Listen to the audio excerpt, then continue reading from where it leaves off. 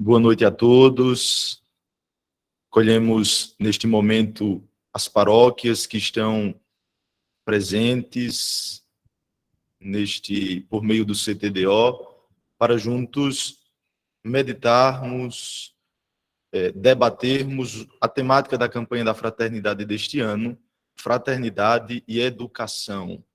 Então, nós queremos acolher a todos, de um modo particular, aqueles que já estão presentes na sala.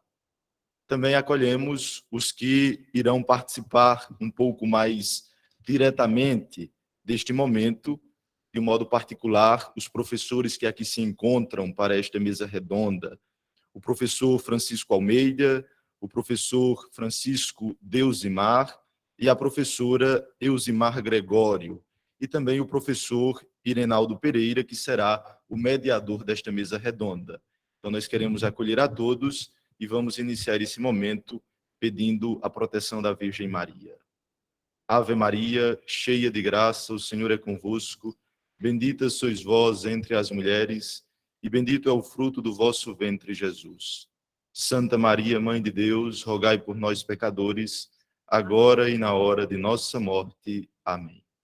Todos acolhidos, quero também acolher o Padre Adalberto, que juntamente comigo faz parte da equipe de campanhas aqui da nossa diocese, da Diocese de Patos, e que também preparou, juntamente conosco, este momento, esta mesa redonda.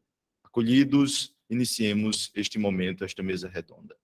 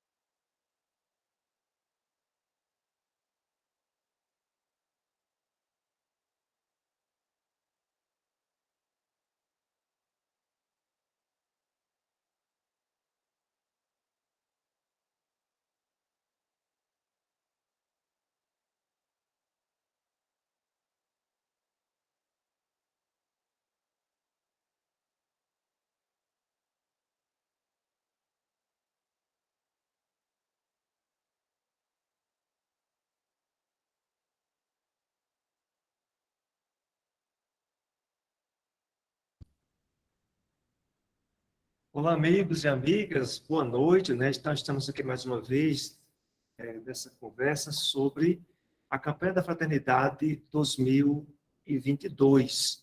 Então, nosso abraço inicial ao Padre Elielton, ao Padre Adalberto, e estamos nessa mesa redonda justamente para conversarmos sobre a campanha da Fraternidade 2022, que traz como objetivo promover diálogos a partir da realidade educativa do Brasil, à luz da fé cristã, propondo caminhos em favor do humanismo integral e solidário. Dentro dos vários contextos que ocorreu e que ocorre ainda a campanha da fraternidade, nós lembramos, né, esse contexto de múltiplas fadigas, o contexto da pandemia, o contexto político no qual vivemos, a própria situação de fome, desemprego, consumo de entorpecentes, vazio existencial, enfim, um cansaço generalizado. E agora a gente vive mais esse desafio, que é entre aquilo que é presencial e aquilo que é online, as atividades. Também faz parte desse contexto o próprio pontificado do Papa Francisco. E aqui queremos enfatizar o Pacto Educativo Global como algo que impulsiona a campanha da Fraternidade 2022. O pacto que foi convocado pelo Papa Francisco em 2019 e traz a preocupação de uma educação integral, humanista, solidária e sustentável para todos os seres do planeta. A gente lembra ainda que o Pacto Educativo Global, proposto pelo Papa Francisco, compreende a educação como ponto de intersecção entre os diversos povos. E, atento aos diversos sintomas de uma época árida e indiferente, o Papa convoca um pacto porque está convencido de que apenas pela educação e por uma educação humanizadora, solidária, livre e bem-intencionada, é possível reverter a aridez e a indiferença e transformá-la em cuidado da pessoa humana e da casa comum e em cultura de paz. No instrumento Labores, destaca ao menos 5 fatores que justificam a criação desta aliança global. Primeira, a mudança de época, que exige uma postura educativa diferenciada. A segunda, a egolatria, entendida como fratura entre povos, gerações e culturas diferentes. A terceira, a internet e as mídias sociais, que não obstante suas riquezas e possibilidades, instalaram desafios ao processo de formação da pessoa humana. Quarto, a fragmentação das subjetividades e a decorrente pobreza interior como resíduos do processo de tecnologização da vida. E o quinto, a crise ambiental que não se restringe aos parâmetros ecológicos, mas que é compreendida como crise principalmente antropológica, pois no cerne do descaso com a casa comum está a indisponibilidade das pessoas para uma fraternidade universal. O pacto, ele traz como eixos direito à educação, educação para a paz, solidariedade e ecologia integral. E traz como objetivo geral desenvolver, viabilizar e acompanhar processos de comunicação que garantam a humanização da educação e o bem comum através de alianças, pois para educar uma criança é necessário uma aldeia. E motivados por esses princípios do Pacto Educativo Global, é que a Comissão Nacional de Campanhas, ela traz como um dos elementos para que esse pacto fosse vivenciado aqui no Brasil, neste ano de 2022, a campanha da fraternidade vinha justamente com essa temática da educação.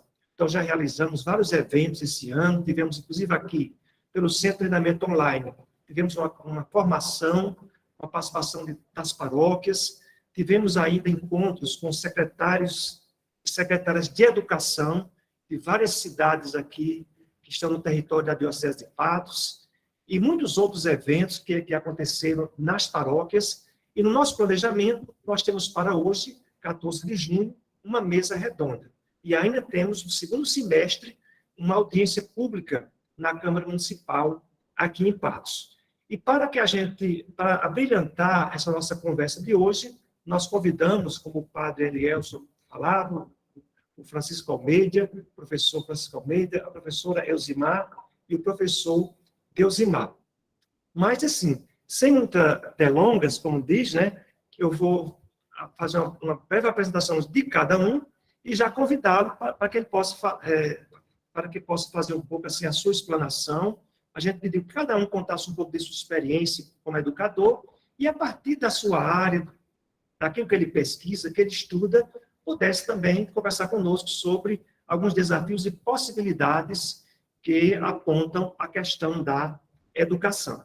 Para ser, assim, mais em respeito, né, às mulheres, né, então, vamos começar conversando com a professora Elzimar. A professora Elzimar Gregório dos Santos, ela é pedagoga, com habilitação em educação ambiental, atendimento educacional especializado em tecnologias educacionais, ela é doutora e mestra em ciências da educação, é escritora e professora da rede municipal da Escola Municipal Cônigo Joaquim de Assis Ferreira, com atuação na Sala dos Recursos Multifuncional. A professora tem especialização em psicopedagogia e agroecologia.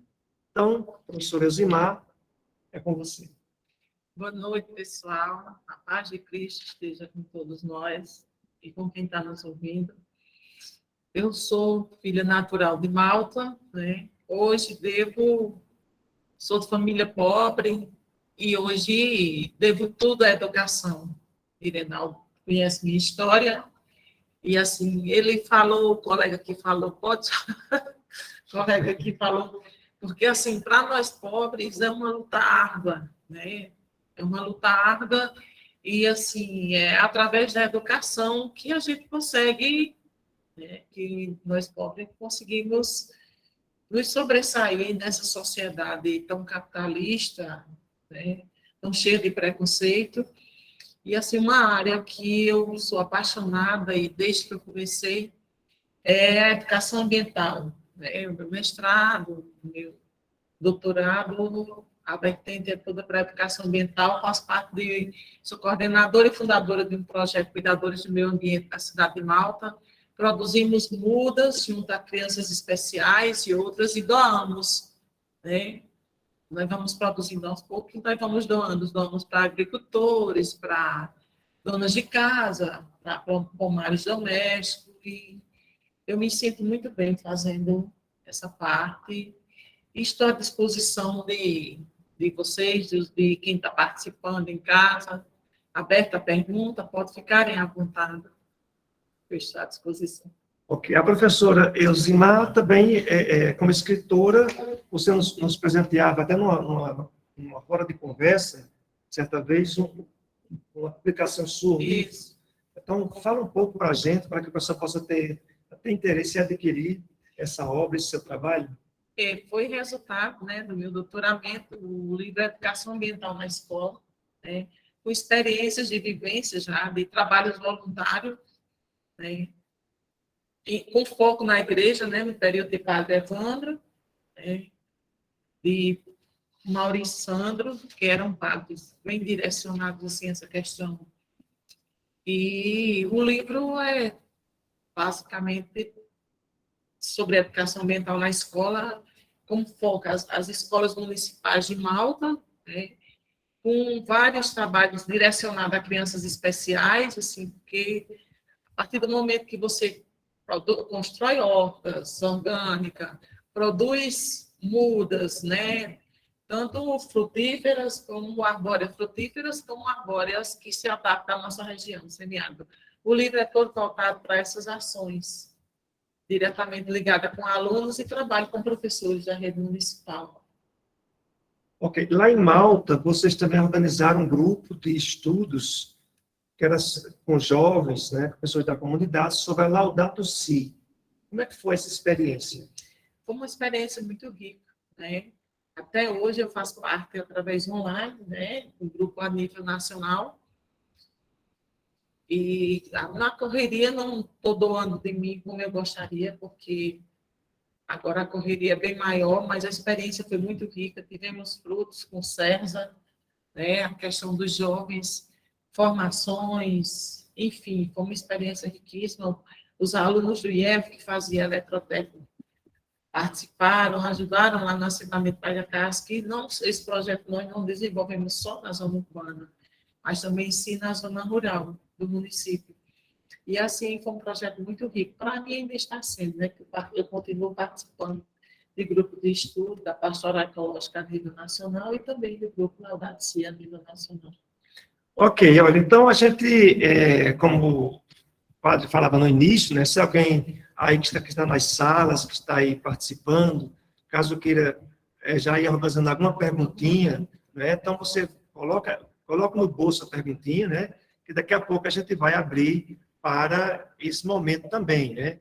A gente está nessa roda de conversa, né, com os professores aqui, contando um pouco de sua experiência como educadores, como professores, e é um momento também para que a gente possa interagir e ver como é que a gente poderia, quem sabe, né, até já ir sonhando com a pastoral da educação, né, tão propalada, né, nesses eventos aqui da campanha da fraternidade. Temos aqui também conosco o professor Delzimar, né? Eu não sabia que ele é um Francisco também, né? Ele é Francisco Delzimar Dias. Ele é graduado em História e bacharel em Direito, é mestre em Sistemas Agroindustriais e é especialista em Direito Educacional. O professor Delzimar é membro da Associação Brasileira de Direito Educacional, desenvolvendo projetos e pesquisas na área. É professor, escritor e palestrante, atuando na educação básica como no ensino superior. Professor Delcimar, é uma alegria, é com você. Boa noite a todos, boa noite a todas. Irenaldo, agradeço o convite, estar aqui do lado de Elzimar, de Francisco, de toda essa turma maravilhosa. Estamos entre amigos, aqui entre pessoas que eu gosto muito, e é muito bom quando você fala, não só entre amigos, mas entre pessoas que buscam um pouco mais de conhecimento nessa interação que nós temos. Quando nós assumimos a condição do professor, nós ensinamos, mas eu tenho para mim que a gente mais aprende do que ensina todo dia, né? Então, é muito bom poder estar aqui hoje, é muito bom poder estar entrando nas dioceses, nas comunidades, nesse trabalho fantástico que a diocese vem fazendo. Então, acho que o primeiro ponto é agradecer o convite, né, e saudar todos vocês que estão nos acompanhando em casa.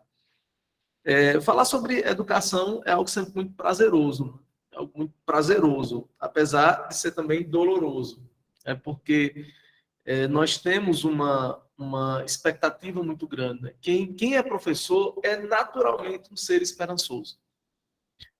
O profissional da educação, ele é necessariamente um ser que entra na educação não porque vai ficar rico, porque a gente sabe que não vai rolar, né? Não vai rolar. Então, o profissional da educação, ele entra de fato, né, para transformar o mundo e especificadamente a vida de vários grupos de pessoas, né, em cidades, em escolas, em grupos, enfim. Mas eu acho que um dos primeiros pontos que nós precisamos levantar, quando eu vi o tema da campanha da fraternidade desse ano, eu disse que coisa maravilhosa, né? Poder discutir educação, poder discutir fraternidade, poder discutir sabedoria, poder discutir amor nas escolas, porque são temas que estão cada vez mais fora do currículo, se a gente for levar em consideração a linguagem pedagógica. Será que existe espaço na atual educação para discutir esses temas, né? Ou o currículo está ficando tão inchado, né? Ele está ficando tão sobrecarregado que não tem espaço mais, né? Qual é a pedagogia que domina hoje a educação básica no Brasil? É a pedagogia da competitividade, né? É um tipo de pedagogia para a correria.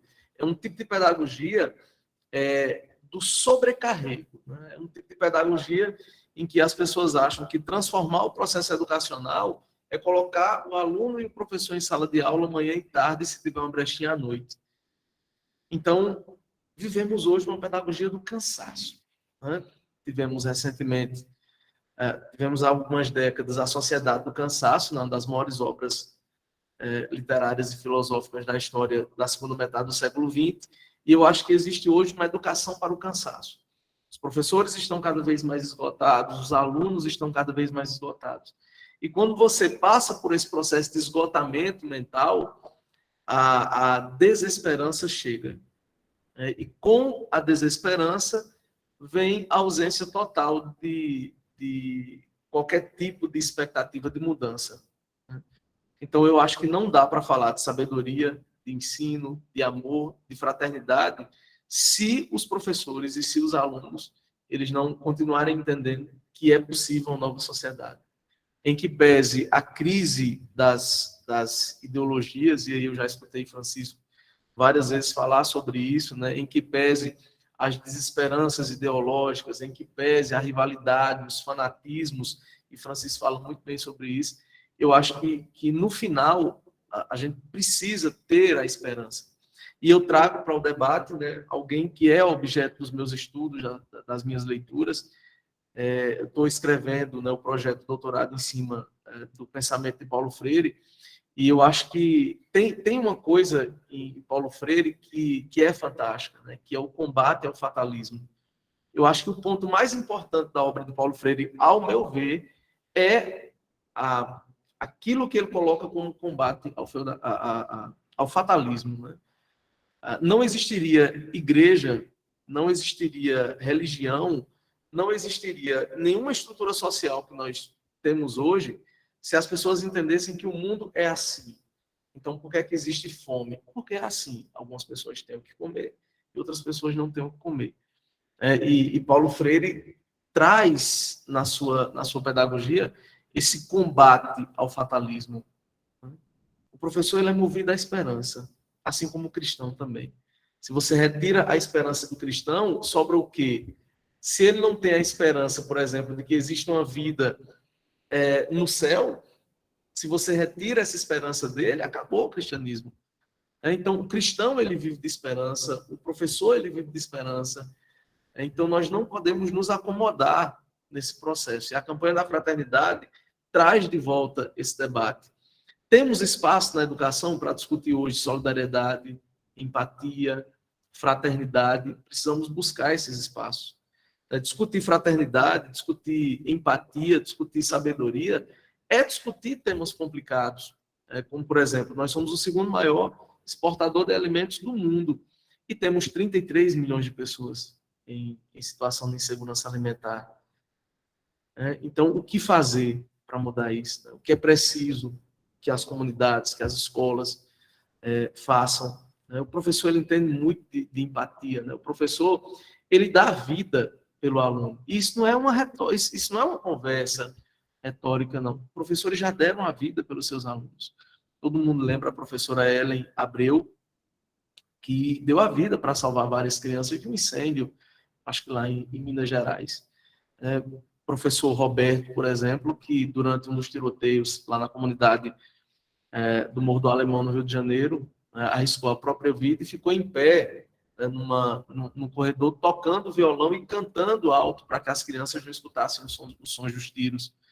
Então, acho que os professores, aquelas pessoas que trabalham com a educação, precisam ser escutadas sobre isso. E é muito bom quando a igreja puxa esse debate, porque a gente enxerga essa esperança. Então, ser professor é ter, de fato, essa esperança. Eu sempre quis ser professor, e eu sempre entendi que os ciclos educacionais, eles eram muito fantásticos. Eu estou envolvido nesse ciclo educacional. Inclusive, quero aproveitar essa oportunidade para contar um desses ciclos educacionais. Nós lecionamos juntos na antiga UVA, aqui, Francisco, e nós somos professores de Neta, da professora Neta, que faleceu recentemente, há 2 semanas atrás. Atualmente, Neta era professora do Ágape, e nós fomos professores de Neta no curso de pedagogia. E no primeiro dia que eu levei meu filho para a escola, ela foi a primeira professora do meu filho. Então, eu fui professor de Neta no curso de pedagogia e ela foi a primeira professora do meu filho. Esses ciclos educacionais, eles levam e trazem ali um ciclo de fraternidade, de solidariedade, e são ciclos que nem a morte consegue apagar.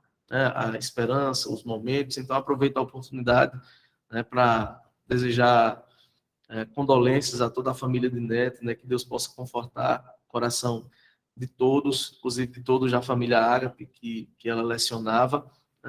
E eu acho que é isso. Eu acho que a igreja ela chama para si essa responsabilidade de discussão sobre esses temas, e eu acho que desse debate aqui, certamente surgirão outros debates, que a educação ela não pode ser uma ilha, assim como a igreja também não pode funcionar como uma ilha.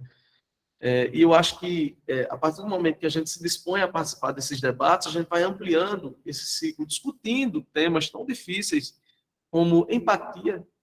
A gente fala tanto em empatia, hoje. E a gente percebe que parece que as pessoas elas não ainda entenderam o que é que significa empatia. Não existe empatia sem solidariedade.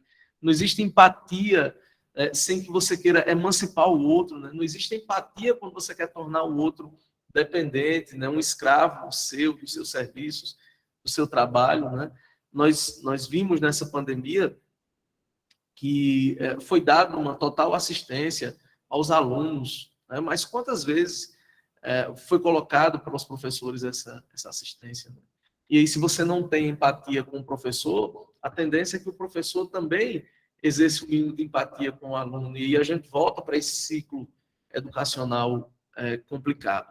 E eu encerro essa minha primeira participação exatamente deixando isso. Eu acho que falta muito na estrutura educacional brasileira trabalhar um pouco mais esses temas que a igreja está propondo, né? Fraternidade, solidariedade, ética, né? Não faz sentido, Francisco, a gente ensinar filosofia nas escolas porque vai cair uma questão do Enem. Não faz sentido ensinar ética nas escolas porque pode cair uma questão do Enem. Eu não vejo sentido nisso. Nós precisamos ensinar ética nas escolas para formar pessoas melhores, não porque vai cair uma questão do Enem. E aí eu me preocupo muito porque todo dia tem uma notícia de um projeto de lei que tenta colocar mais uma disciplina nas escolas. Então é direito constitucional, então tem que ter direito no trânsito, tem que ter isso. Vai ter profissional para tudo isso, vai ter hora disponível para que os alunos vão ficar o quê? De manhã, de tarde, de noite nas escolas. Muitas escolas da rede privada estão fazendo, além das aulas durante a semana, manhã e tarde, eles dois estão tentando simular no sábado e no domingo. Então, como é que você vai falar de família para um aluno que está de domingo a domingo dentro da escola, assistindo aula, fazendo simulado? Né? Como é que você quer que o aluno ele tenha empatia se ele está dentro de um processo educacional robotizado?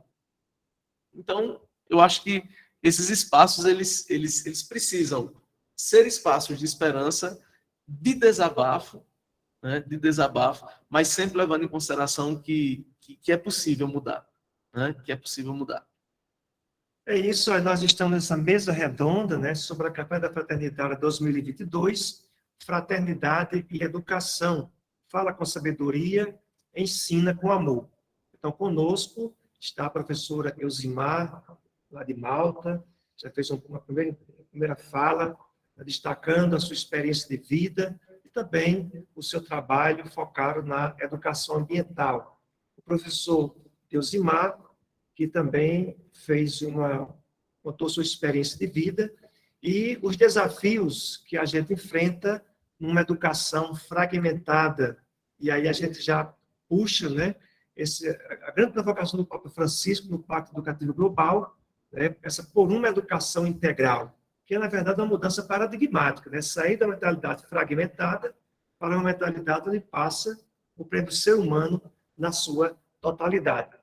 Mas, da mesma maneira, se você aí, né, tem alguma questão aí na sala, aí no grupo aí da paróquia, então você manda aí pode mandar pelo chat aí, né, a pergunta, ou então daqui a pouco a gente abre, você pode fazer também uma colocação, alguma pergunta a um dos três, né, amigos que aqui estão nesta mesa redonda. O professor Francisco Almeida, mais um Francisco, né? Ele é graduado em filosofia, com mestrado e doutorado também em filosofia. Francisco Almeida é professor do Instituto Federal da Paraíba, Campos de Patos, e pesquisa sobre os seguintes temas de interesse: psicanálise, estética, percepção, corpo, ética e comportamento. Então, Francisco Almeida, é com você. Boa noite, Irenaldo. Boa noite a todos que nos acompanham. Quero agradecer enormemente pelo convite para estar aqui nesse espaço, parabenizar a Diocese pela iniciativa de tamanha importância. Eu creio que esse período de pandemia que nós vivemos acabou precipitando algo que já palpitava em todos, que é a necessidade de novos mecanismos de comunicação, de formação, e me parece que a Diocese atendeu, né, a esse apelo, a essa necessidade, e aqui estamos nós, conversando com tantas pessoas nas suas paróquias, e pessoas que estão nas mais distantes, né, paróquias da Diocese, mas com a possibilidade de interagirem conosco, de contribuírem também com essa mesa redonda através das perguntas, que, como disse Irenaldo, daqui a pouco poderão ser feitas. Quero saudar ao meu colega Elzimar, né, esse amigo e colega de experiências educacionais e de conversas profundas, né? A professora Elzimar também agradecer pela sua experiência partilhada conosco, ao padre Eliel, ao padre Adalberto, que está aqui conosco, a toda a equipe de apoio, de modo que eu me sinto muito feliz pelo convite. Bom, Elzimar e Elzimar já fizeram uma introdução sobre o que, de fato, a experiência educacional significa para todos nós. Estamos envolvidos diretamente com a educação, como professores que somos aqui. Irenaldo também tem uma experiência muito, muito vasta e muito rica na educação. Mas eu queria destacar aqui alguns pontos que me parecem um tanto quanto urgentes, tendo em vista o cenário atual que nós vivemos. Nós passamos praticamente 2 anos, né, amedrontados por uma pandemia que nos tomou de assalto a todo mundo e nos colocou numa situação de medo, de insegurança, de incertezas profundas. A educação padeceu muito fortemente as consequências dessa pandemia, sobretudo a educação pública, porque no Instituto Federal, por exemplo, eu me lembro bem que no dia 17 de março de 2020, quando as atividades foram paralisadas, nós imaginávamos que seria por pouco tempo, né? Imaginávamos que seria por um mês, coisas do tipo, e ficamos nessa expectativa e as coisas foram se complicando e foram se agravando, e quando nós nos demos conta que, na verdade, ia se prolongar bastante esse período, nós tentamos organizar formas alternativas para continuarmos com o processo educacional dos nossos estudantes, e a parte burocrática exigiu todo um esforço das comissões, das coordenações e direções do Instituto Federal, e para as resoluções necessárias para a nova modalidade de ensino, esse ensino não presencial, etc.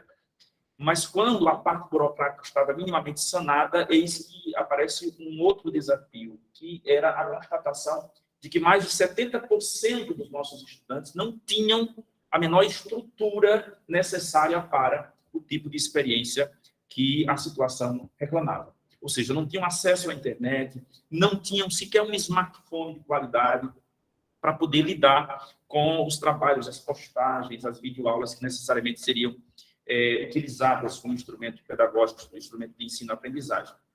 E daí uma necessidade de verificar meios e recursos para diminuirmos esse déficit, né? De modo que nós atrasamos por mais de 5 meses o início das atividades não presenciais. Iniciadas as atividades não presenciais, desafiando a todos nós professores, de uma certa forma, acelerando um processo de atualização e de transformação do mecanismo de ensino-aprendizagem, por meio das mídias digitais, por exemplo. Tivemos que aprender muito, né? Sobretudo aqueles que tinham uma maior resistência ao uso da internet, dos meios, das novidades virtuais, né? A gente teve que aprender muita coisa, lidar com plataformas com edição de vídeo, com edição de texto, com confecção de slides, aquela coisa toda. Nós nos deparávamos, ao iniciar esse processo, com um drama muito mais sério, muito mais grave, que era o drama das famílias dos nossos estudantes. A escola, ela funciona muitas vezes como uma espécie de refúgio para os estudantes diante das situações desafiadoras que muitas vezes eles enfrentam no seu ambiente familiar. E agora nós estávamos dando aulas virtuais, as aulas síncronas, com eles lá de suas casas, muitas vezes sem ligarem a câmera do celular ou do computador. E, num primeiro momento, nós insistíamos muito, né? Liguem a câmera, nós precisamos saber se vocês estão aí, nós queremos interagir com pessoas, não só com avatares.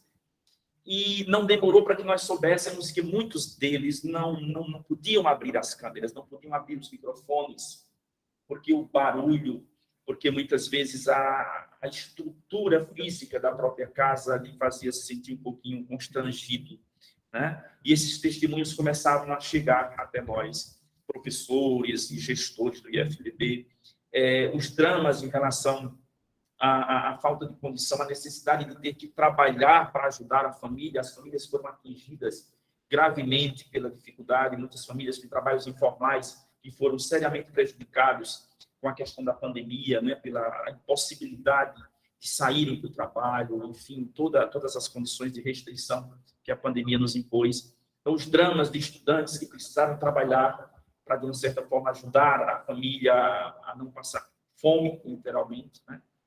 E nós tivemos que encarar isso e nos darmos conta de que lidamos na sala de aula com pessoas que carregam consigo dramas muito profundos, que muitas vezes eram ignorados por nós, né? E a pandemia nos ajudou a ter esse retrato mais vivo do quanto essas pessoas carregam consigo desafios e dramas. E, como diria a professora Elzimar, nós também, em algum momento da nossa vida, também os carregamos, né? E, portanto, precisamos ser muito solidários e termos essa empatia, como diria Elzimar, com esses nossos estudantes. Nesse retorno às atividades presenciais, deste ano, a partir do mês de março, Também outro drama se apresenta, desafiando a todos nós educadores, que é exatamente a fragilidade emocional dos nossos estudantes. Eu não sei qual a experiência de Deusimar, mas a minha experiência no IFPB é de encontrar estudantes profundamente fragilizados, inseguros, com uma ansiedade desordenada, uma fragilidade emocional e sentimental preocupante, né? Tanto que o setor psicopedagógico e o setor de psicologia do IFPB tem feito um esforço enorme para tentar lidar com as tantas demandas de estudantes com crises de ansiedade profundas, inclusive em sala de aula, diante da própria rotina, do próprio cotidiano da sala de aula, das avaliações, do ritmo desgastante, né? Às vezes eu chego no IFPB nas quintas-feiras à noite, ou nas quartas-feiras à noite, 6h30, 18h30, e ainda encontro grupos de estudantes que chegaram para as aulas de 7 horas da manhã e ainda estão à espera dos ônibus de suas cidades para retornarem para suas casas. Passam o dia inteiro no instituto, né? E voltam para casa, chegam em casa já às 9 da noite, muitos deles me confidenciam, e para o outro dia também cedinho estar acordando, é uma rotina muito desgastante, né? E eles não estão conseguindo lidar muito bem com isso, literalmente, muitos sucumbem psicologicamente e emocionalmente diante dessa fragilidade. De modo que, vendo esse cenário, nós entendemos o quanto é importante para nós, enquanto educadores, levarmos em consideração esse sujeito, né? Esse sujeito de emoções, esse sujeito de afetos, de sentimentos, de uma história, de um registro familiar, muitas vezes, que não favorece essa resistência, essa resiliência para lidar com os desafios próprios da experiência educacional. De modo que nós precisamos repensar muito do nosso fazer docente, do nosso fazer educacional, a partir dessas constatações que esse período de retomada das atividades presenciais e também o período de atividades não presenciais que nos foi imposto pela pandemia, eles nos revelaram, né, tanto esse período da pandemia quanto esse período pós-pandemia, agora, não pós, no sentido de que a pandemia acabou, né? Gostaríamos muito que pudéssemos dizer isso, mas ainda estamos aprendendo a lidar, né, com esse novo ciclo, menos grave, menos amedrontador, mas ainda com a inspiração de cuidados, né, e de cautela. Mas esses dois períodos têm nos ensinado muito sobre o quanto nós precisamos avançar no nosso processo de ensino-aprendizagem, de lidar com os sujeitos que integram esse processo de ensino-aprendizagem. Não é raro também situações de professores com uma estrutura emocional e sentimental bastante afetada por todo esse contexto, de modo que a campanha da fraternidade nos ajuda a usar essa sabedoria e esse amor para acolhermos esses sujeitos que somos todos nós do processo educacional e a cuidarmos muito melhor deles, não simplesmente como mentes, né, como racionalidade a ser instrumentalizada ou a ser desenvolvida, mas muito mais como sujeitos complexos com uma integralidade desafiadora que precisa também ser cuidada, ser protegida. E eu deixo, nesse primeiro momento, para todos que nos acompanham, um apelo fortíssimo para as famílias, para aqueles que têm estudantes, sejam crianças, sejam adolescentes, sejam jovens que já possam estar, inclusive, na universidade, nas faculdades, por aí, que vocês também se associem aos filhos de vocês, nessa parceria, para que eles não se sintam sozinhos, para que eles se sintam apoiados, acolhidos, cuidados, né? Que vocês sejam solidários com os filhos de vocês. Porque essa falta de solidariedade, essa falta de presença e essa falta de cuidado, ela traz uma consequência grave, que muitas vezes resulta numa desmotivação total do sujeito em relação aos desafios do próprio ensino-aprendizagem. E aí, claro, as consequências são o desinteresse, às vezes a falta de responsabilidade, e às vezes você culpa somente o sujeito por esse ato, quando na verdade há um cenário e há outras personagens que estão presentes também nessa conjuntura. Então, é um mutirão. Nós, professores, os estudantes, os gestores, equipes de apoio, mas, sobretudo, a comunidade e a família também nesse mutirão, nessa empreitada de juntos construirmos uma educação mais integral e uma educação para o humano em todas as suas dimensões. Essa é uma empreitada que nós definitivamente precisamos assumir. Inclusive, nesse raciocínio, é aquilo que o Papa Francisco ele resgata um pensamento africano, onde diz, né, que para educar uma criança é preciso toda uma aldeia. Né? Justamente esse desafio, essa visão fragmentada, que acha que a escola é a caixinha, a igreja é outra caixinha, né? Vivemos em caixinhas separadas, né? E esse grande desafio que a gente enfrenta, né? E Francisco falava aqui, né, das mídias sociais, né? Nós estamos colocando à disposição esse material no canal do YouTube lá da Ação Social Diocesana de Patos, né? Então, nós colocamos já o evento de formação está lá. Então, se você quer acompanhar, quer ver não somente o que produzimos aqui, mas também em âmbito nacional, então você pode acessar lá no canal do YouTube a ASDPPB, né? A ASDPPB, você pode acessar esse material. Vamos também colocar essa mesa redonda lá, acho que a partir de amanhã a gente vai colocar também lá no canal, porque também é uma maneira de você também divulgar e usar, inclusive, em sala de aula. Todo o material que está lá é para a gente usar na reunião da associação, usar na comunidade, usar na reunião da pastoral, para que se provoque mais discussões sobre isso que a gente trabalha. Bem, vocês ficam atentos aí, se apareceu alguma questão, se tem alguém com a mãozinha levantada, mas eu achei bem interessante na fala da professora Elzimar, né?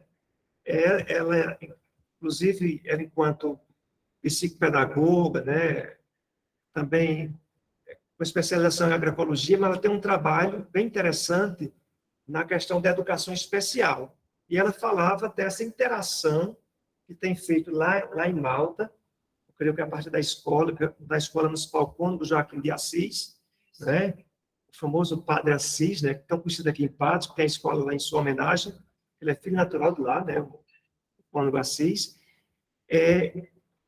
Como tem se dado esse trabalho lá, que vocês têm, educação especial, educação ambiental, e até como é que você, enquanto psicopedagoga, como você olha o próprio desenvolvimento da criança, se tem ajudado mais essa prática do mexer com a terra, com a natureza, com o ambiente, como é que você poderia nos contar essa experiência? É uma experiência muito gratificante. Eu iniciei em 2000, na verdade, em 2007, quando eu terminei a agroecologia. Só que, assim, o preconceito ainda com eles era muito grande, né? Para eles não participarem, na verdade, nós não temos eles incluídos, nós temos eles inseridos em instituições educacionais. Aí, assim, não foi fácil, né? Na época, o pessoal da Emater me deu um apoio, e eu fui insistindo, e eu estava vendo resultados. Na questão da sociabilidade deles, eu via resultado.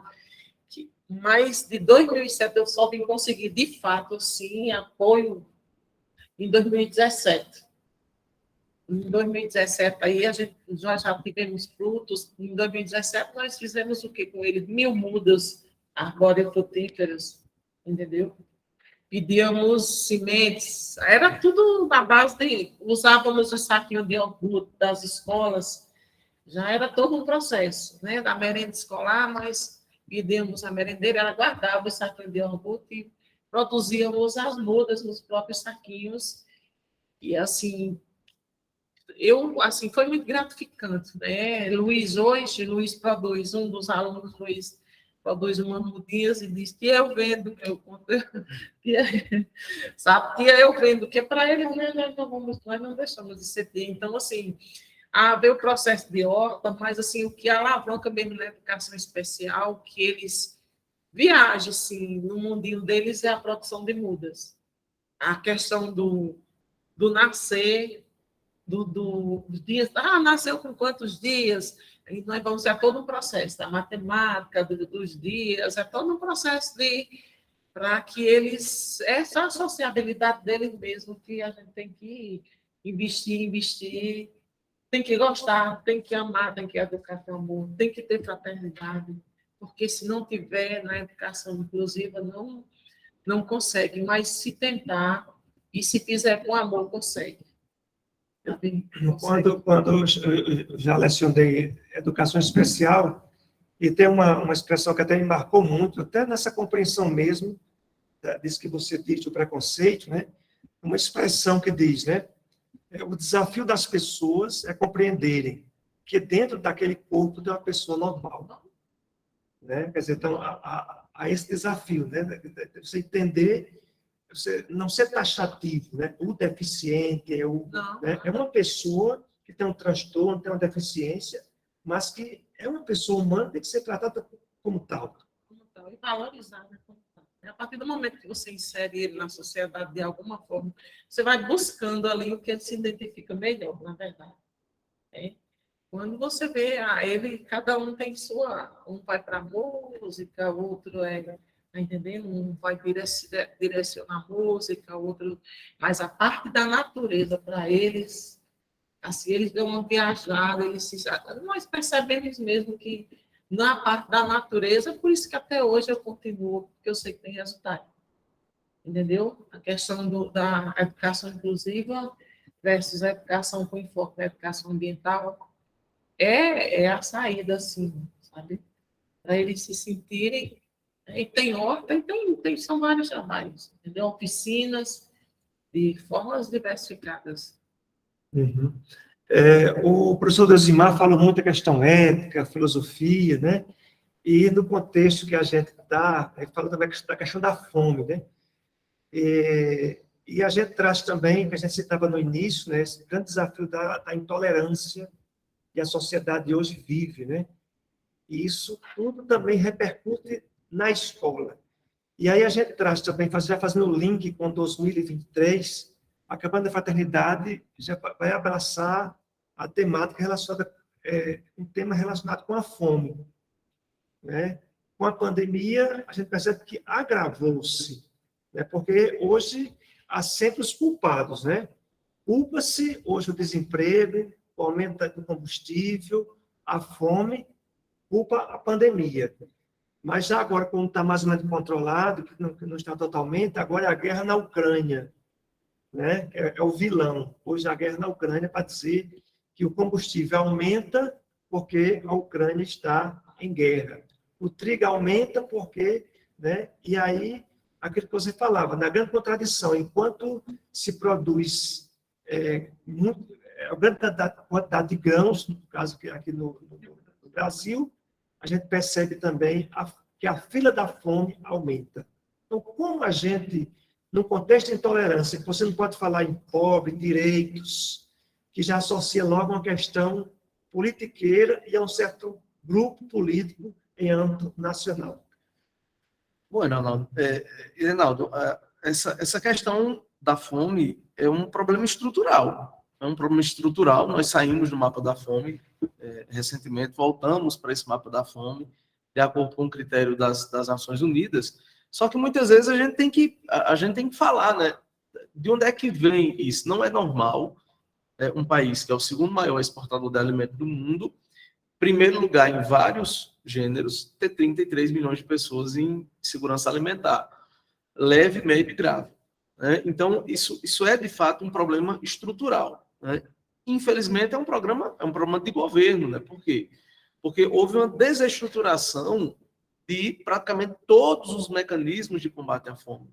Desde aqueles programas que compravam direto do agricultor, né, que chegaram a investir 400 milhões de reais em 2012 e 2013, o orçamento caiu para 100 mil reais investidos e pagos. Né? Então, praticamente todos os programas de combate à fome e de assistência a esse grupo mais vulnerável, eles foram desestruturados. Né? Então, é preciso retomar esse processo, retomar essa discussão. E aí, gente, a gente precisa entender que não é se você vota em A, B ou C, é que projeto está ancorado em A, B e C. Nós precisamos despersonificar o processo eleitoral, porque senão cai nisso que você citou, que é a questão politiqueira. Né? Então, assim, que projeto o seu candidato agora, que vai ser candidato em 2022, que projeto ele tem para resolver esse problema? né? Quais são os mecanismos que ele sugere para que esses problemas eles sejam resolvidos. Um dos pontos essenciais que a sociedade ela pode, ela própria estabelecer esses mecanismos de controle, identificar a diferença daquilo que é opinião para aquilo que é argumento, né? Nós vivemos, infelizmente, a era da desinformação. Tínhamos toda aquela esperança de que com as redes sociais a informação iria correr, né? Há quem diga, inclusive, que seria uma segunda ponte para o iluminismo, né? Os iluministas pregaram uma sociedade baseada na razão. Os existencialistas depois criticaram nesse sentido, dizendo, olha, vocês não entregaram aquilo que vocês prometeram. Mas aí, com as redes sociais, veio aquela esperança iluminista nova, né? Aquela coisa de que a informação vai chegar para todo mundo. Só que essa informação ela chega de maneira deturpada, muitas vezes. Então, se a gente consegue fazer com que essas pessoas elas possam diferenciar coisas básicas, o que é uma opinião, o que é um argumento, o que é uma notícia falsa, a gente vai despersonificando o processo eleitoral e vai focando mais nos projetos. Não dá, gente, para votar numa pessoa que não fala, né, que não estabelece as suas prioridades, que não diz como é que vai resolver os problemas, né, do país. E é um problema muito grave. A gente tem uma percepção de mudança muito complicada no Brasil. Mudar sempre é bom. Às vezes a gente dá uma repaginada no visual, às vezes a gente muda de casa, né? A gente muda, o conceito de mudança do ponto de vista social geralmente é positivo, o conceito de mudança. Você está tão bem, né? Mudou, né, tal. Só que no Brasil, muitas vezes essas mudanças, elas não acompanham um reflexo positivo. Francisco tocou agora há pouco num ponto assim, muito importante, que é o emocional dos alunos, né? Com a reforma do ensino médio, de 2017, se estabeleceu na educação básica a ideia do projeto de vida, né? E aí você tem formadores de coaches ali, né? Você tem uma estrutura educacional que tá fugindo muitas vezes, né? Eu assumi um componente de projeto de vida. E é impressionante como esses roteiros, esses itinerários, eles são feitos sem uma discussão coletiva, sem chamar os professores, sem chamar a Elzimar, sem chamar Francisco, né? E dizer, peraí, Francisco, qual é a sua realidade do IF? Elzimar, qual é a sua realidade lá de Malta? Como é que vai ser esse processo de mudança? Como é que vai ser a implementação disso? Porque senão entra numa coisa que você comentou no início, que é a desconexão. Poxa, fome. Fome é uma coisa que a escola não tem a ver com fome. Mas como é que a escola não tem a ver com fome se tem muitos alunos que dependem, por exemplo, da merenda escolar? Um aluno mal alimentado, ele consegue aprender? Não consegue aprender. Então, num país que tem 33 milhões de pessoas no processo de segurança alimentar, é claro que isso vai repercutir no processo educacional. Isso vai repercutir a curto prazo no processo educacional. Então, tudo está conectado, né? Tudo está conectado. Fraternidade, sabedoria, ensino, amor, é parte de um todo. É parte de um todo. Você estava falando nas caixinhas aí. No Brasil, cada um estabelece as suas prioridades de caixinha, levando em consideração aquilo que é um investimento errado, muitas vezes, nisso, né? Então, a gente investe muito, por exemplo, num determinado setor, enquanto o professor da educação básica ganha a média de um salário mínimo na rede privada, para trabalhar 2 horários. Então, a gente precisa rediscutir esse tipo de coisa. Francisco, quando pega um aluno que tem uma dificuldade no ensino médio, é muito mais difícil para ele.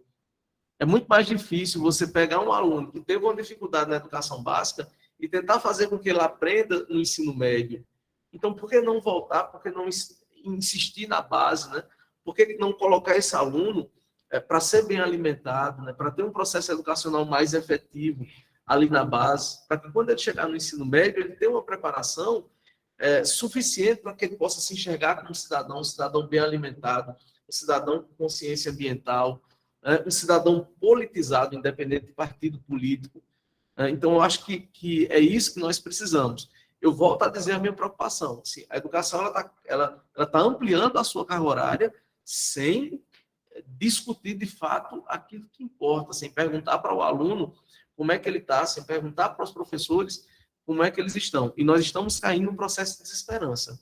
Os professores, eles vão fazendo as coisas, participando das burocracias, entendendo que é assim e que não tem outro jeito. Mas tem.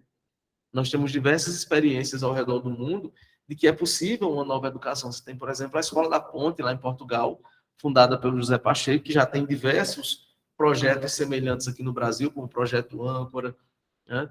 Como vários projetos estão sendo executados, inclusive pela gestão municipal do Mogi das Cruzes, lá em São Paulo. Nós vamos visitar agora no mês de julho a estrutura educacional, que está sendo montada nas escolas para escutar os alunos, para fazer assembleias.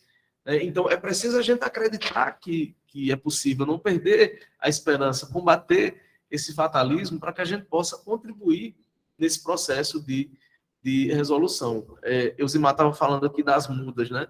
É impressionante como a gente estuda, por exemplo, no ensino médio, sobre a dinastia Shirhuandi da China, mas o aluno não sabe reconhecer um pé de juazeiro que está na frente da escola.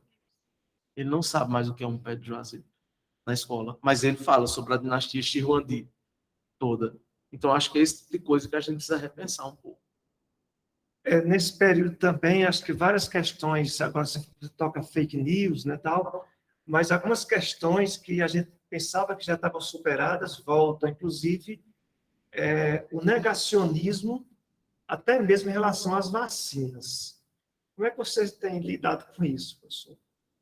É muito complicado, né? Porque você tem que segurar a língua, né?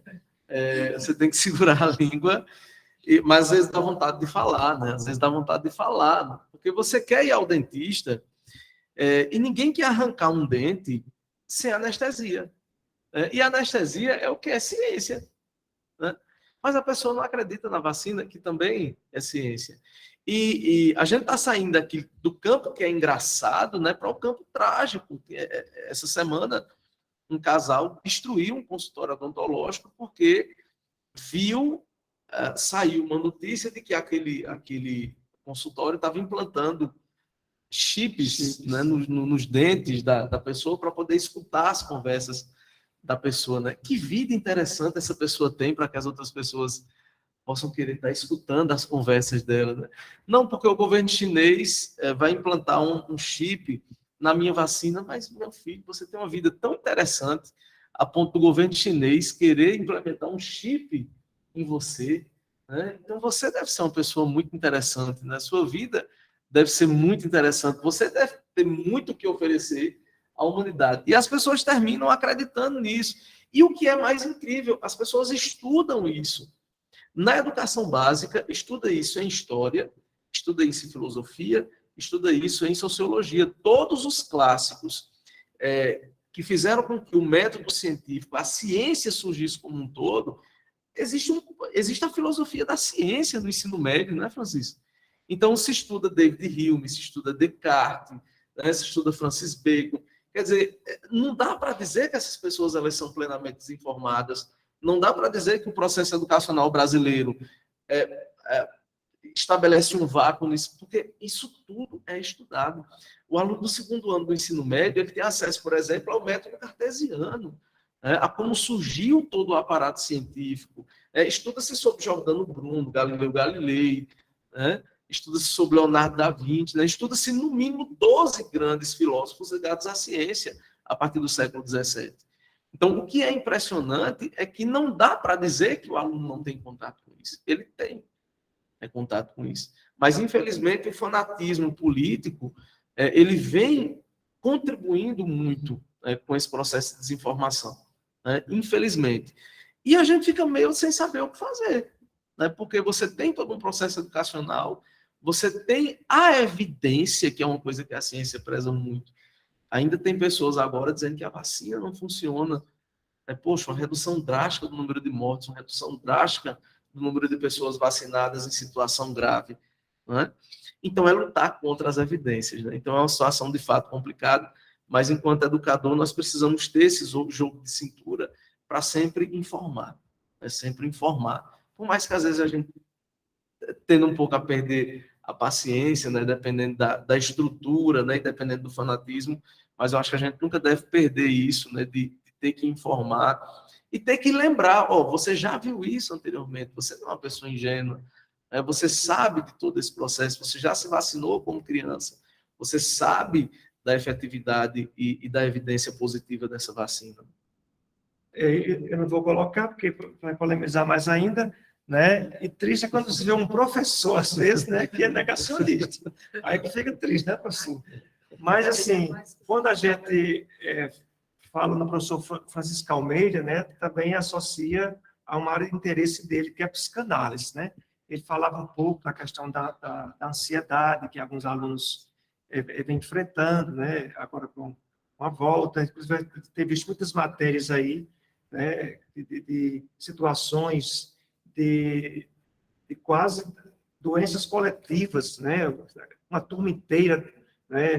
No Recife teve uma situação que o SAMU veio em peso para uma escola, né, onde as crianças estavam com uma situação, eu não sei se é ansiedade, você vai explicar isso melhor tecnicamente, como é que chama, e muitas outras situações, a gente percebe muitas vezes até próximo a nós também, muitas pessoas que começam a ter essa situação que passa já a virar até moda, qualquer pessoa, até mesmo se tiver com uma questão de vitamina D baixa, né? Começa a ter aquela sonolência, isso é depressão. Quer dizer, são duas palavras, hoje, depressão e ansiedade, né?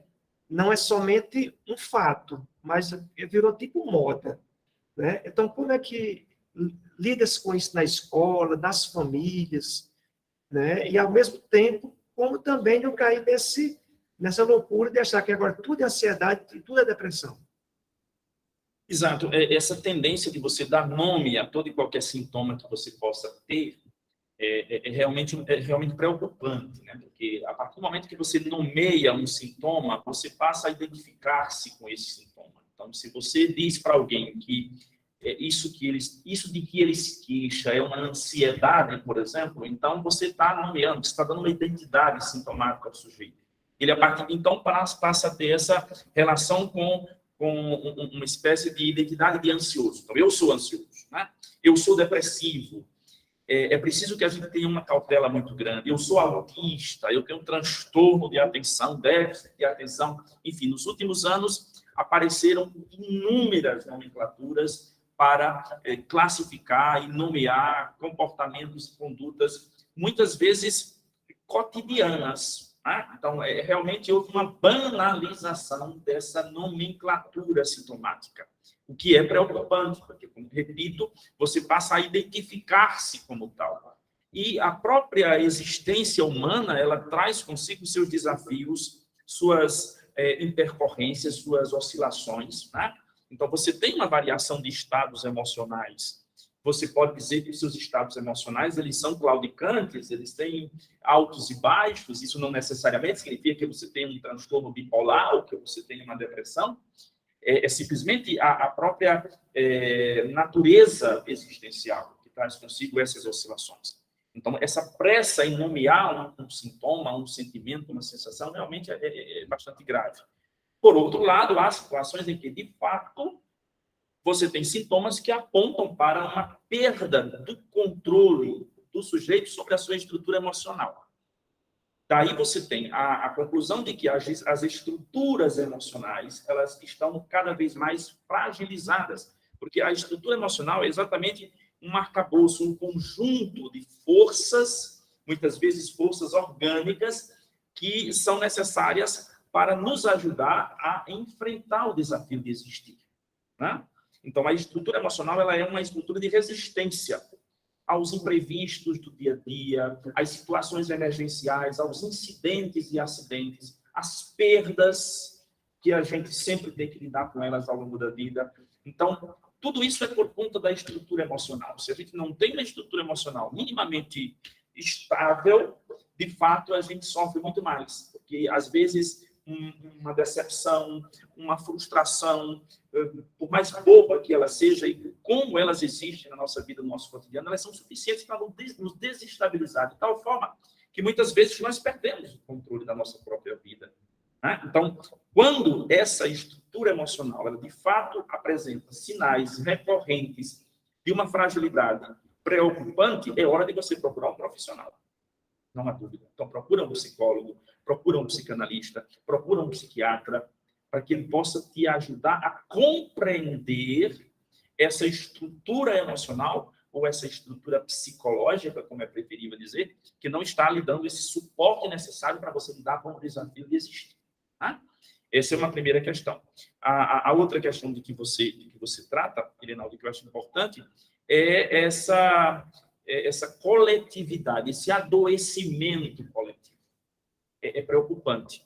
Eusmar falava do quanto havia uma certa expectativa de que com as redes sociais a racionalidade, o conhecimento, a cultura pudesse se espraiar por todos os lugares. E eu costumo dizer que nós escolhemos o contrário disso, a idiotia espraiou-se. Né? Como diria Humberto Eco, a idiotia passou a ser generalizada. Então, hoje você tem uma imbecilidade coletiva chegando a todos nós, a todo momento, pelo WhatsApp, pelo Instagram, pelo Facebook, por outras mídias, por outras redes sociais, de uma forma assustadora e vai contagiando como uma epidemia da estupidez, da insanidade, da truculência, da delinquência moral, racional, intelectual. De fato, isso é muito preocupante, porque é uma das maiores doenças psíquicas que se pode ter, porque você passa a ter uma conduta negacionista, preconceituosa, excludente, de segregação, de violência, de eliminação do outro, uma contradição em termos da própria essência humana. Isso é uma negação da própria essência do cristianismo. E muitas vezes, expressões do cristianismo tornam-se também propagadoras desse tipo de comportamento, de atitude de visão do mundo, que realmente é lastimável e decepcionante.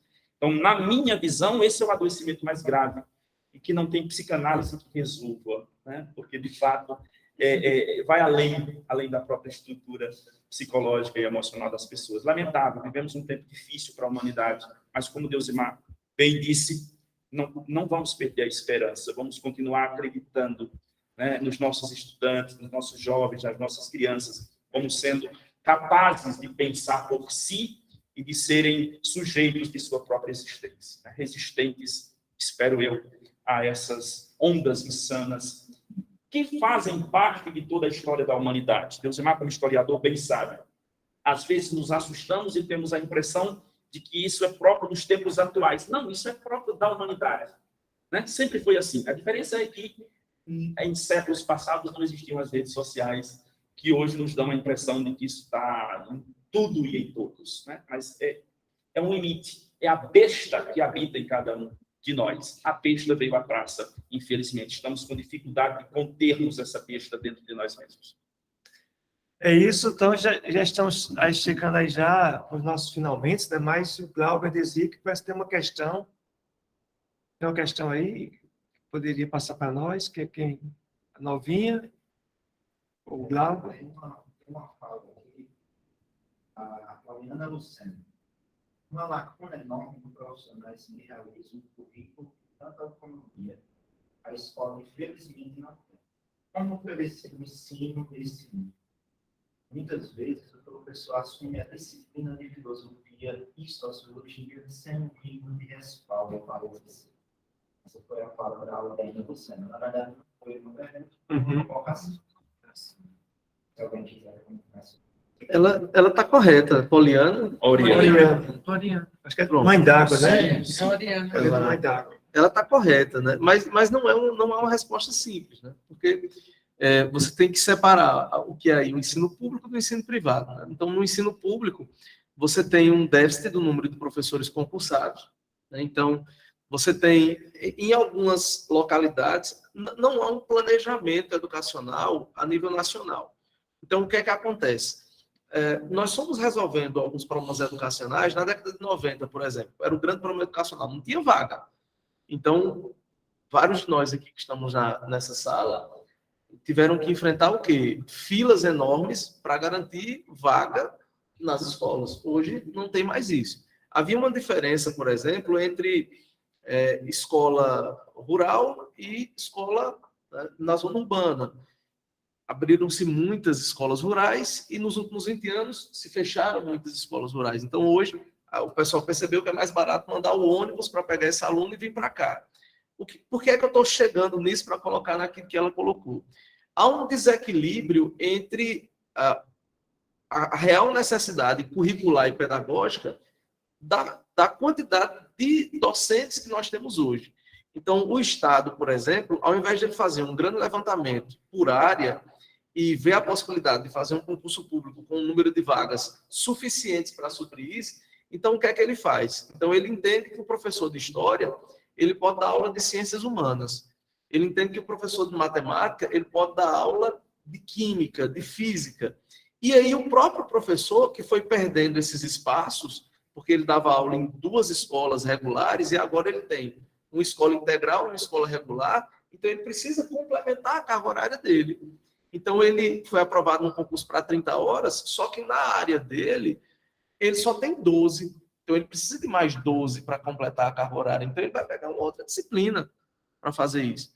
Então, não são problemas fáceis. Não são problemas fáceis. Ela está absolutamente correta, ela tem conhecimento naquilo que ela está colocando, mas esse problema ele piorou com a reforma do ensino médio de 2017. Por quê? Porque entraram 2 componentes novos nessa tragédia educativa.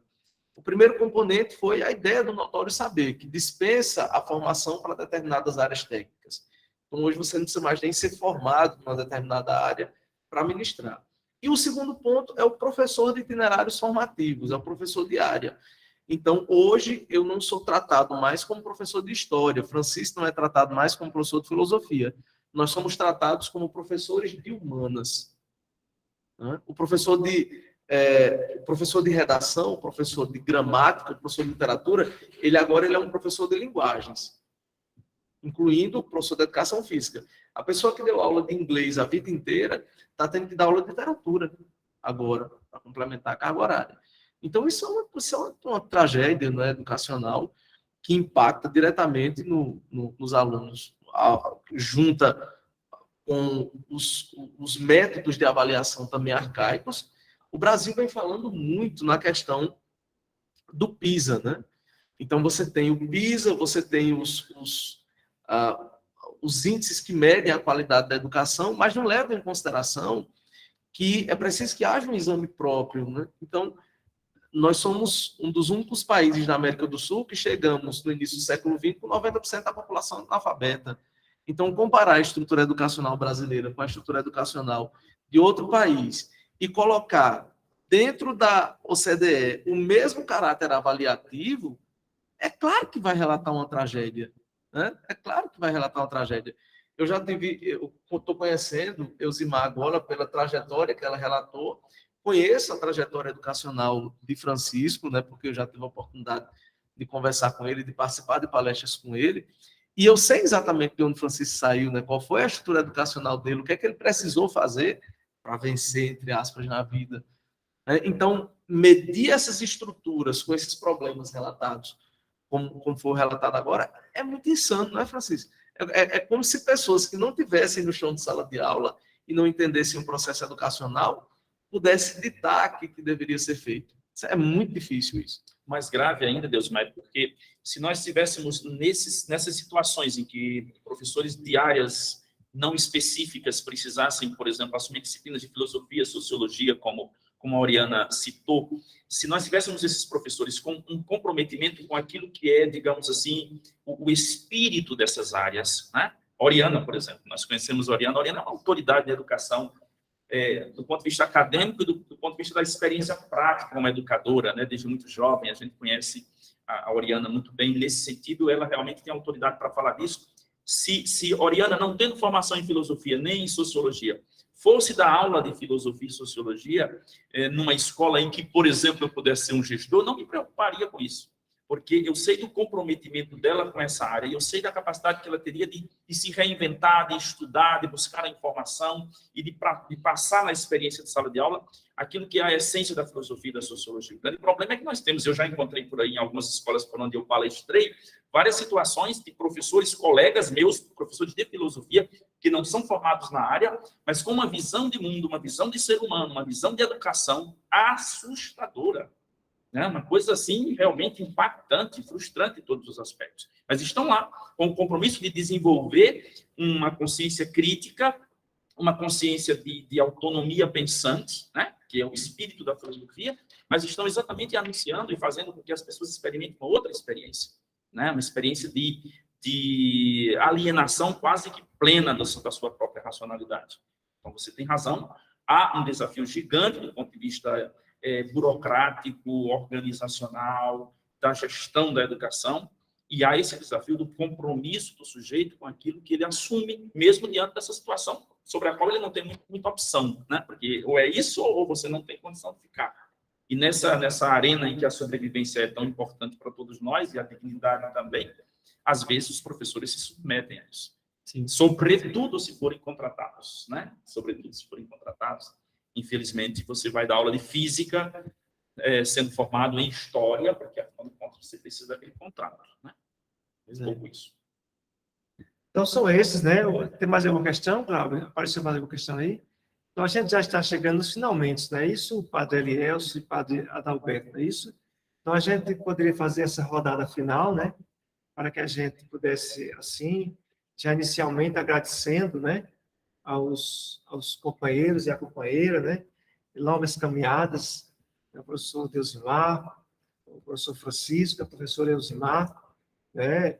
Agradecer também, né, a equipe, né, o padre Adalberto, o padre Elielso, né, a Dom Heraldo, né, nosso bispo, né, muito engajado, inclusive esteve no planejamento, né, dessa trajetória da campanha da fraternidade, e foi a insistência dele que a gente não ficasse somente na quaresma, mas que desse um sentido, né, durante o ano, tanto que nós temos atividade agora, no mês de junho, né? Vamos ter aí em outubro sobre a campanha da fraternidade 2022, né? E já linkando já com a 2023, né? E também agradecer, né, a todo o pessoal que está aí nas paróquias. É uma rede enorme. Geralmente, num evento desse, a gente tem 500 pessoas, 200 pessoas, 800 pessoas, porque, assim, se você sair juntando, né, 50 em Cacimbas, né, com algumas lá em Santa Luzia, aqui em Santo Antônio, quando você soma essas 40 e tantas salas aí presenciais que estão nos assistindo, então é muita gente, né? Então, é uma iniciativa muito brilhante, essa do Centro de Treinamento Online, né? Mas vamos passar a palavra aí para os nossos convidados, né? Para as suas considerações finais, né? Então, Elzimar. Bem, eu gostaria de agradecer a todos os presentes, né? Um prazer conhecer os colegas que aqui estão, né? Irinaldo, nós já nos conhecemos de uma trajetória acadêmica de longas datas, né? Ali, Padre João bem quietinho. Meu abraço aos demais, né? E que uma coisa que eu tenho a dizer, a educação é a saída. Não existe outra vertente para nós sairmos que não seja a educação, né? E, de preferência, uma educação de qualidade. Eu, a Irenaldo, sabe que eu sou a prova viva dessa né? Sou filha de agricultor. Meu pai começou como agricultor, aí depois tem que sair para São Paulo, né? Porque aqui no semiárido não é verdade. E minha mãe, eram 6 filhas mulheres, não podia pagar, só tinha aqui em Patos, né? O mais próximo, o campo mais próximo é aqui em Patos. Imagine pagar para um, você tem 6, aí você vai pagar só para uma. No período era Francisco Mascarenhas, né? Que hoje é a PIB. Né? E mãe nenhuma faz isso, né? Então, nós viemos para o que tinha grátis aqui em Patos, era o pedagógico, né? Na parte que nós começamos no pedagógico. Depois fomos trabalhar. Depois que começamos a trabalhar, não tinha universidades públicas como temos hoje esse acesso, nada disso. Depois que nós começamos a trabalhar, nós começamos a pagar nossa universidade e eu fui do grupo de irmãs que achei que não devia parar, né? Fui muito ousada, estudei fora do país, você sabe que é mais complicado ainda, vem toda uma questão cultural, mas assim mesmo eu insisti não me arrependi. E eu sempre digo, a educação é a saída, não tem outra. Para quem é filho de empresário, quem é filho é outra coisa, mas nós que somos de classe pobre, como eu, a educação é a saída. É como se diz, né? Olha, você estuda que a herança, a única herança é o saber, viu? A herança não é o saber. Então, eu ouvi muito essa história, sabe? Professor Deusimar. Bom, gente, agradecer o convite, né? Agradecer a atenção de todos vocês que estão nos acompanhando, né? De todas as cidades aqui acho que Forania, que chama, né? Daqui da Diocese. Se tiver alguém aí em Juru, gente, um abraço. Se tiver alguém lá de Juru, manda um abraço para Juru, porque é a cidade da minha mãe, é a cidade que eu passei parte da minha infância. Então, um abraço para todo mundo. E o recado, gente, é esperança. Né? Não se faz nada na vida sem que haja essa esperança. Né? Você não namora uma pessoa se você não tem esperança em casar. Né? Você não casa com essa pessoa se você não faz planos. Você não escolhe uma profissão se você não tem esperança de que aquilo vai dar certo. Tem muita coisa boa acontecendo. Não vamos focar só nos exemplos ruins. Não vamos focar só naquilo que de ruim está evidenciado na sociedade. Essa experiência de educação ambiental que foi colocada aqui por Elzimar, eu não conhecia. Né? Experiência fantástica, né? Que a gente pode conhecer um pouco mais. O trabalho que Francisco faz, por exemplo, no IF, também nas conversas, né, dele, nas palestras, é um trabalho fantástico. Vem acontecendo muita coisa fantástica na educação, na cidadania. Então, eu acho que, assim, tem muita gente. Então, às vezes a gente tem a impressão de que o mal venceu, mas eu acredito que não. Tem muita gente lutando contra isso, tem muita gente fazendo bem, tem muita gente lutando contra a aporofobia crescente, né, essa aversão à pobreza. Né? Então, tem muita gente fazendo um trabalho extraordinário no campo da educação, no campo do combate à fome, no campo da espiritualidade sincera. Então, acho que a gente tem que se apegar um pouco mais com isso, se apegar com esses exemplos fantásticos que nós temos aqui na cidade, na região, para que a gente possa tornar essa sociedade um pouco melhor. Né? Essa é a sociedade que eu quero para os meus filhos, né? Para os meus netos, deixar o mundo um pouco melhor. E eu acho que a palavra é essa, de fato, a esperança, a fraternidade. É isso. E a gente agradece, né, ao professor Deusimar, e já dizendo, né, daqui a pouco o Padre João, né, nós vamos quebrar os protocolos, o Padre João vem para cá daqui a pouco para fazer a nossa oração final, né, a bênção final, para que possa nos abençoar a todos nós, né?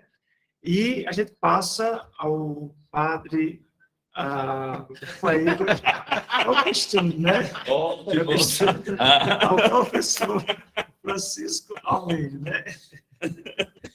Eu quero agradecer realmente o convite mais uma vez, agradecer a presença dos meus amigos que aqui estão conversando com a gente, agradecer a Diocese pelo convite, parabenizar ao mesmo tempo pela iniciativa louvável, iniciativa louvável, e desejar que outros tantos encontros possam serem feitos e dizer aquilo que todos nós devemos carregar no coração, que é a esperança, né? Ela é própria do cristão, esperar pela ressurreição, esperar pela vitória da vida sobre a morte, sobre o medo.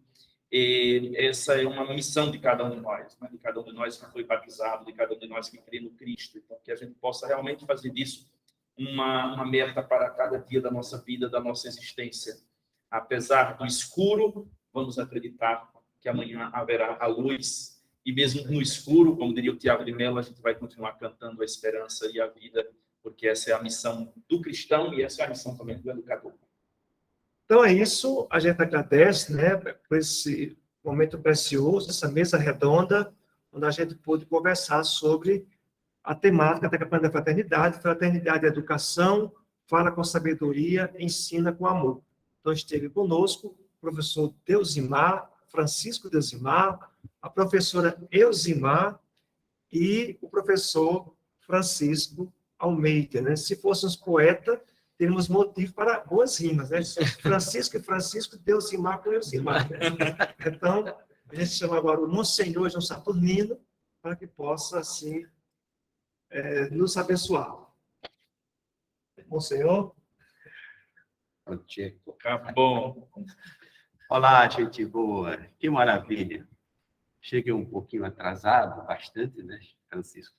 Mas senti, pela fala de vocês aqui, uma grande alegria, sabe? Senti uma grande alegria, porque a gente percebe que há gente que sonha. Educação é sonho, né? Eu creio que nós temos que voltar a sonhar na perspectiva de que a gente possa construir um novo Brasil, um país de alegria, de esperança, de expectativa e de um povo bravo, sabe? Eu acho que nós precisamos colocar e descobrir, colocando ideias que venham a ser uma ameaça. Nós precisamos de umas ideias ameaçar essas estruturas que muitas vezes é contrária à vida e à dignidade das pessoas. E eu percebo claramente aqui na fala de vocês que a educação é o caminho. Esse caminho que vai ser, de fato, feito por muitas cabeças, por muitas pessoas. E aqui eu faço um desafio a vocês, né? Que nos mantemos unidos, né? Pensando na educação, a partir desse momento em que vocês, do espaço que vocês estão, mas sem a gente esquecer de levar isso para uma esfera maior, que é reunir mais pessoas para um grande grito de liberdade, um grito de vida, né? Eu creio que a campanha da fraternidade trouxe essa oportunidade para nós. Mas eu creio que nós precisamos, né, criar novas modalidades. Por exemplo, vocês aqui um dia bater um papo sobre política, sabe, econômica, política, né, para o bem comum, sabe? Tem aí agora a gente vendo esse momento tão importante que é exatamente mobilizar o povo para repensar a estrutura do país. E eu creio, sabe, professor Francisco, meu irmão padre, que nós não podemos esquecer esses espaços que, às vezes, é o Espírito Santo que nos favorece, né? Que a gente possa pensar, isso aqui é educação, pensar a economia, pensar política, envolver pessoas e dar esse grande grito de libertação das pessoas. Eu acredito que é possível. A educação, ela vai abrir esse espaço para a gente se envolver e dar essa mobilidade, né? E descobrir cabeças, né? Descobrir cabeças, sabe? E cabeça com coração, né? A gente tem que olhar isso, né? Eu fico muito feliz com vocês quatro aqui, né? Renan aqui como âncora, e vocês três aqui nos debates. Então, para mim, tão importante.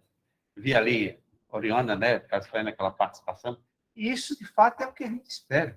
Eu creio que o padre Adalberto, né, e o padre Elielto, né, juntamente com todo esse contexto diocesano, bispo, padres, leigos, a gente possa fazer, de fato, uma reviravolta no pensamento eclesial e também político da nossa região. É o que eu espero. Está feita a provocação, sabe, Deus e Maria? Está topado. Está certo. Tá top? Oh, beleza, glória a Deus. Então a gente fica de pé e agradece mais uma vez a todos, colocando nas mãos do Senhor, né? Podemos até convocar os dois coordenadores aqui para pertinho, a gente fica aqui de mais ou menos pertinho, né? Vamos sentindo essa força, esses meninos novos, com cabeça nova, né? Eita, rapaz, vai ser de fato uma beleza. Então, que o Deus da vida venha sobre vocês, sobre nós, sobre a nossa diocese, sobre esses meninos jovens, aqui tudo empolgado, e de fato ser esse sentido maior na nossa vida, que é aquecer esse povo de Deus. Na alegria do Evangelho, sendo essa luz, né, no caminho de todas as pessoas.